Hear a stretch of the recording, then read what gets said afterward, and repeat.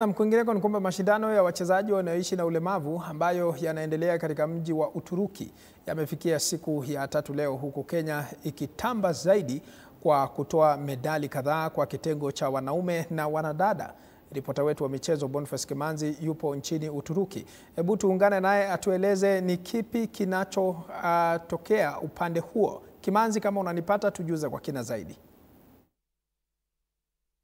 Ni siku ya 3 ya mashindano ya unyanyuaji mizani, mashindano ambayo yanaendelea hapa katika jiji la Mersin, Turkey, ambapo wachezaji wa Kenya tayari wametamba zaidi katika mashindano haya. Na moja kwa moja nitakuwa naongea na wachezaji. Karibu sana, tu jina yako na vile umejipanga.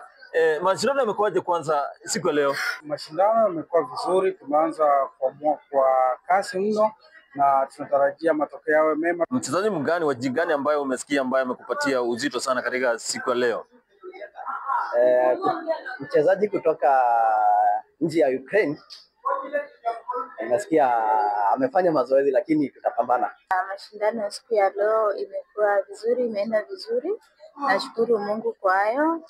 Though competition imekuwa tough, lakini tumeng'ang'ana na wao zaidi. Na leo tumepambana sana.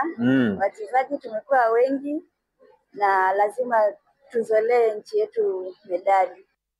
Timu Kenya ambayo anasema kwamba lazima bendera ya Kenya iweze kupepea katika mashindano haya ambayo yanaendelewa hapa katika nchi ya Uturuki. Bila shaka endelea kutegea hapa katika runinga TV47, nitakuwa nakupasha mengi zaidi ambayo yatakuwa yanatokelezea hapa wakati wa mashindano haya. Mimi ni Boniface Kimanzi nikiripotia runinga TV47 kutoka nchi ya Uturuki.